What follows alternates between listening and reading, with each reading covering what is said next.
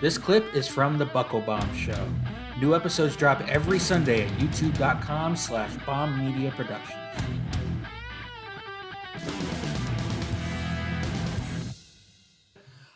The next thing we've got here is something that we've been teasing for a little while. We didn't get to do it last week, but it was something we had a lot of fun doing. We're calling it the Heat Seeker, and we'll get to that right now.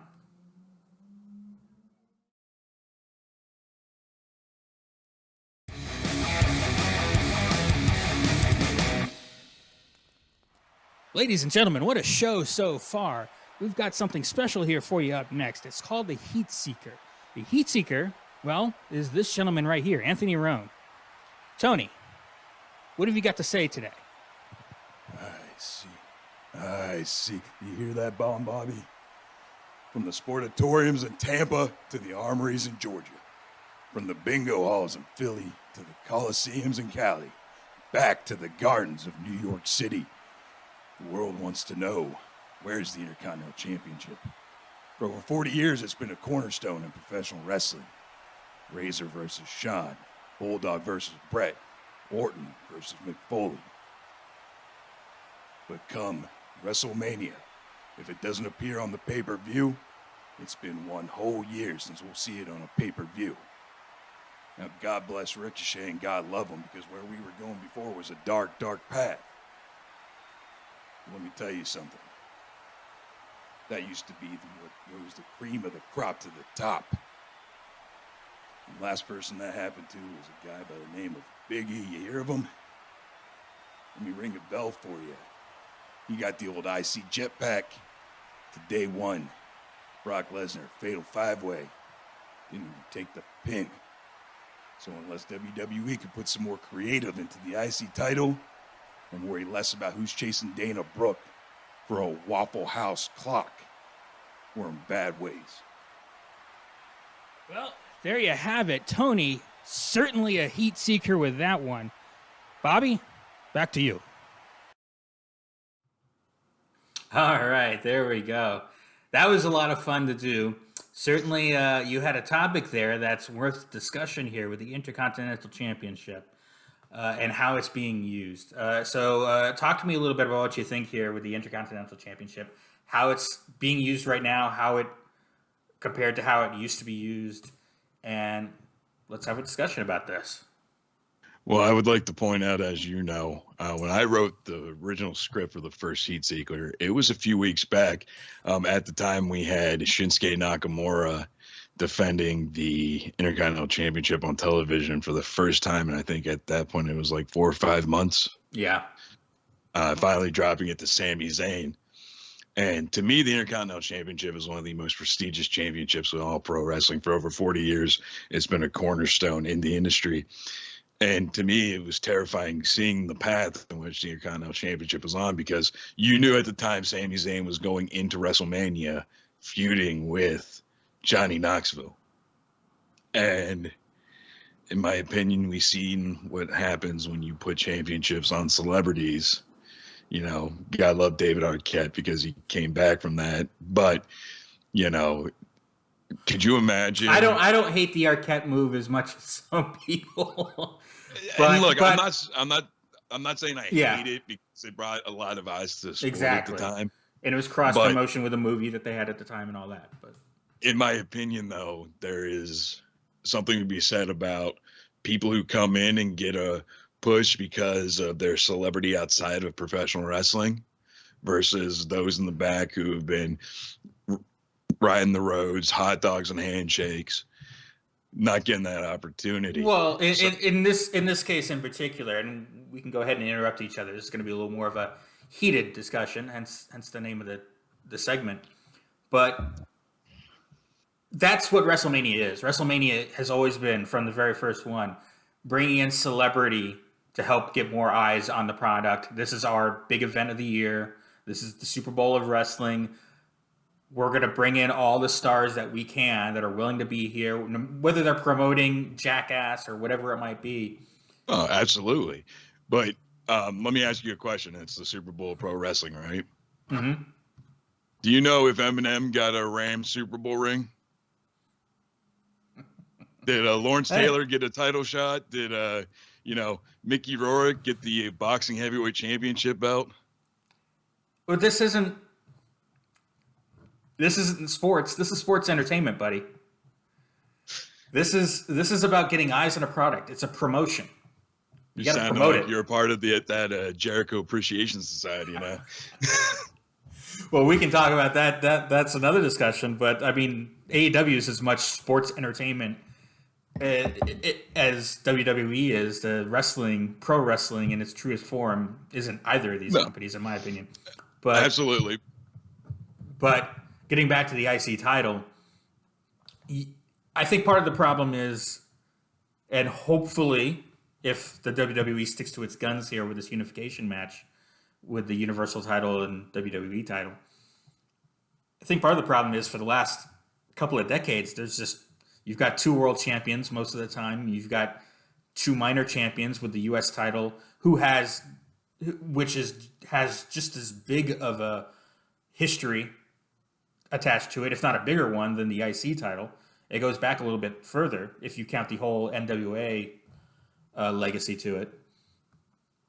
Of course, the IC title goes all the way back to Pat Patterson in the 70s, and when he won a tournament in Rio de Janeiro and brought this belt with him. Kayfabe, brother. Yeah. Which I always loved going back. I didn't get it at the time because I didn't know the history, but going back and seeing, the Stooges in the Attitude Era with Briscoe and Patterson, seeing him, wear the shirt that says Rio de Janeiro on it. Now I get it, and it gets a pop out of me each time, more so than some of the other crazy stuff they were doing. But then the legacy that it had from there, it always was, because the main event was always the big guys. It was a slower match that was more about story, more focused on the story that they were telling. Whereas the IC title, especially when you get to WrestleMania 3 with Savage and Steamboat, what a fantastic match that was. It's hard to say it stole WrestleMania from Hogan Andre, because Hogan Andre. But that's exactly what I'm talking about here. That was a slower, story-driven match. And then you have this fast-paced, high work rate match between Savage and Steamboat on the undercard that was for a title as well. And that's been the legacy of the Intercontinental Championship. But once we get into the modern era, where you have so many title belts, it's hard. You've got two world titles now on every pay-per-view. And you've got tag teams, and now you've got women's wrestling too that has exploded in popularity and on the card, which is an amazing and good thing. But that's four world titles we now have in WWE that have to have a spot in each card. And then if you want to do another feud or something that doesn't necessarily have a belt, where is the IC title going to be? Like you said, it hasn't been on pay-per-view or premium live events in a while. Almost a year It's now. gonna be 1 year at WrestleMania. And we don't know if Ricochet's even going to be on. He's not listed. Is he going to have a match for the IC title at WrestleMania? It doesn't look like it. Maybe they throw something out in the pre-show. Same thing with the U.S. title. Finn Balor's the U.S. champion. They've got him in the Andre Memorial Battle Royal on SmackDown, which is another thing we'll get to. Is that title doesn't look like it's going to be defended. Even though he's been in a bit of a program with Damian Priest, they've got something set up for him for WrestleMania if they want to do it. But there's nothing announced yet. The unfortunate thing about it is, like we were alluding to, 1 year without being on a premium live event. But the sad thing about it is, though, man, is, much like you were saying, too many belts. We're eliminating a part of that problem with WrestleMania. Hopefully they stick to their guns with it. But then you have to look on the other side of it, where it's not just an influx of two main championships. You also have to look at what's going on behind the scenes creatively with WWE. the last couple of years, very well documented, them firing, releasing, or furloughing employees because of the pandemic, even though they're having record profits. I mean, in my opinion, it seemed like it was a lot of a scapegoat to, hey, we don't have anything for you guys, or hey, this side of creative's not doing that great. Maybe we can save ourselves some bucks by offloading them, bringing in somebody new for cheaper. Well, But I don't think there's any debate that they certainly had a loaded roster. You can yeah, debate whether or not they should have been, especially in a pandemic, whether some of these talents should have been released. That's a more ethical question. From a business perspective, they certainly had an overbloated roster yeah, that they needed to trim some of the fat off of, because they can't all be, even when you're running, and certainly during the pandemic they weren't, but even now that you're running house shows again, and even if you've got, you're doing two different tours in the same week, so an A town, a B town, maybe a C town, and a spot show here and there, yeah, you still have plenty of talent on the roster. Plus, you've got NXT here doing their circuit in Florida that they do. yeah. So, But my point of it being was it wasn't, the size of the roster. It was the amount in which they were going through people who work backstage. For example, back in creative, I believe there was, I want to say upwards of 10 releases when that happened. And then they right. bring people in for a short period of time that won't work out, and then they get released. My point is unless you're going to have the same people there, it's hard to tell long-term storytelling. So I think, the creative aspect of it is another thing that's been a huge issue, because it seems like we put everybody we have. How can we make Roman and Brock look like the biggest thing on planet Earth? And, oh, you guys are interns? All right, well, work on putting Kevin Owens in a bald cap and have him say what a lot. Huh. Well, Let's have Dana Brooke get chased around by 800 dudes because she owns a Waffle House clock.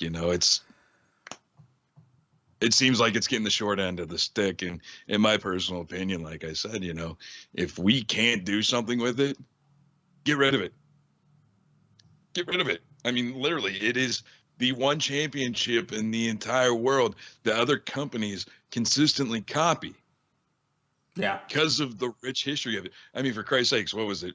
4 or 5 years ago, New Japan unveiled their Intercontinental Championship, and it happens to look eerily close to the white one from back in the day.